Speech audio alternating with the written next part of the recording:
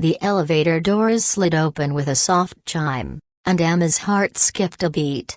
It was her first day as an intern at Gray's & Co., one of the most prestigious marketing firms in the city.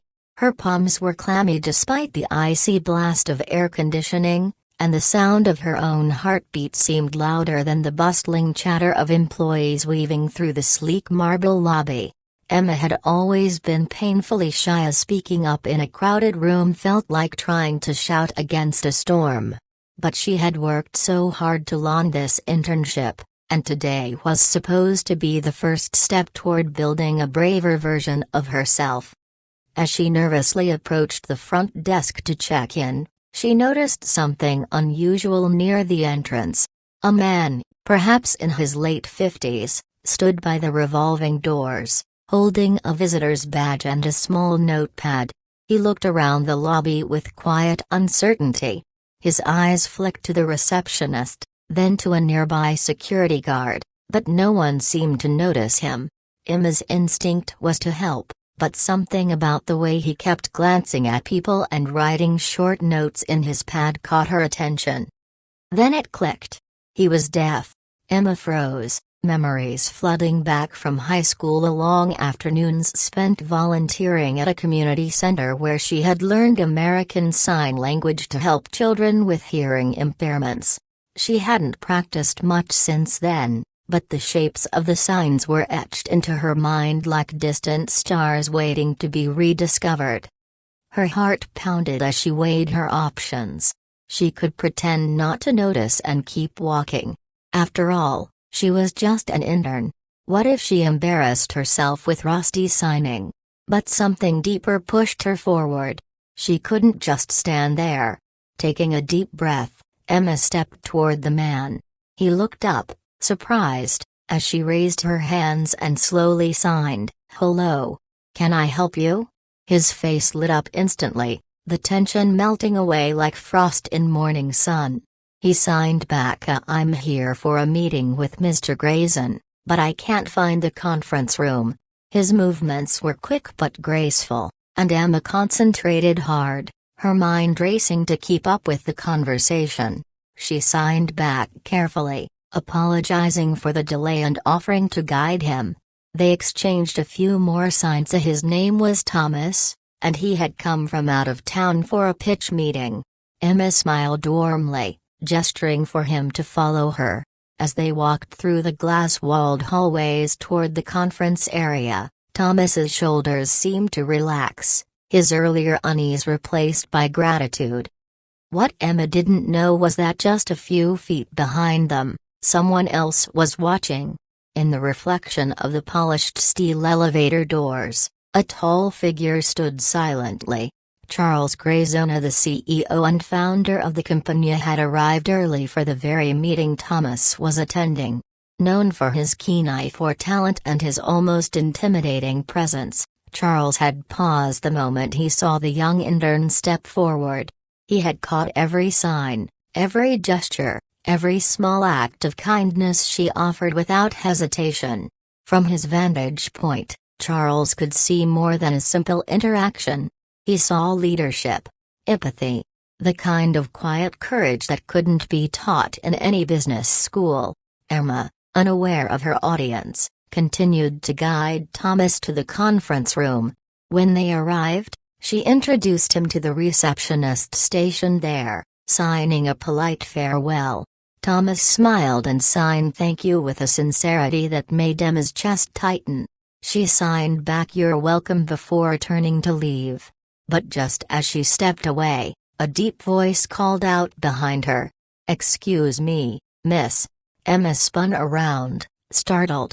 Standing in the hallway was none other than Charles Grayson himself. Her breath caught in her throat as she recognized him instantly from the company's website and the framed portraits hanging in the lobby. The CEO, watching her. "I saw what you just did," he said, his voice warm but commanding. "That was a broken bar remarkable." Emma's cheeks flushed crimson. "Oh Emma, it was nothing, really. I just wanted to help." Charles took a step closer, his sharp eyes softening. "It wasn't nothing. Most people would have walked past. You didn't. You saw someone in need and stepped up, even when you didn't have to. That's exactly the kind of initiative we value here. Emma swallowed hard, words failing her. What's your name? He asked. Emma, she whispered. Well, Emma, Charles said, a faint smile playing at the corners of his mouth. I think we need more people like you in this company. Let's have a chat after your orientation. I'd like to hear more about you. Her mind spun as Charles walked away, leaving her standing frozen in the hallway. A few employees passing by gave her curious glances, but Emma barely noticed.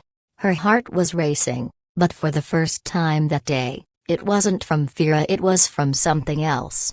Pride. Later that afternoon, Emma was invited to Charles Grayson's office. It was a sleek, sunlit space with towering windows and walls lined with books and awards. He asked her about her background, her goals, and how she had learned sign language. Emma confessed that she had always been shy and often struggled to speak up, but volunteering with the deaf community had taught her that communication was more than words, it was about connection. Charles listened intently, then leaned forward. Do you know what I saw today? Not just kindness. I saw someone who understands people. Someone who can bridge gaps. That's a rare gift, Emma. And it's exactly what this company needs. By the end of the meeting, Charles offered her a special opportunity, a chance to work on an upcoming diversity and inclusion initiative, despite her being just an intern. Emma's eyes widened in disbelief, tears threatening to spill. A broken bar. I don't know what to say, she stammered. Say yes, Charles replied with a grin. And she did. Over the next few months, Emma threw herself into the project. There were challenges, of course, moments when her old shyness threatened to return, when speaking in front of senior executives made her palms sweat. But every time she remembered Thomas's grateful smile, she found the courage to push forward. She led meetings, proposed ideas, and even organized a company-wide workshop on basic sign language. Slowly, the quiet intern who once avoided eye contact became a confident advocate for communication and understanding. On the day the project launched, Charles stood before the entire company and shared the story of Emma's first day, the shy intern who had changed the atmosphere of the office with a single act of kindness. Emma stood beside him, cheeks flushed but heart full, as the room erupted in applause. As the crowd cheered, Charles turned to her and said softly, "Never underestimate the power of small actions. They reveal who you truly are." Emma smiled, her eyes shining.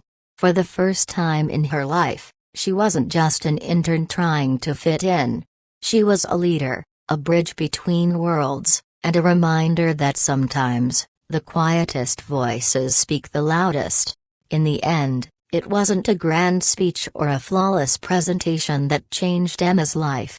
It was a simple greeting, a few signs exchanged with a stranger, and the courage to act when no one else would. And though Emma hadn't known it at the time, the CEO had been watching all along, proving that the moments we think go unseen often turn out to be the ones that define us most.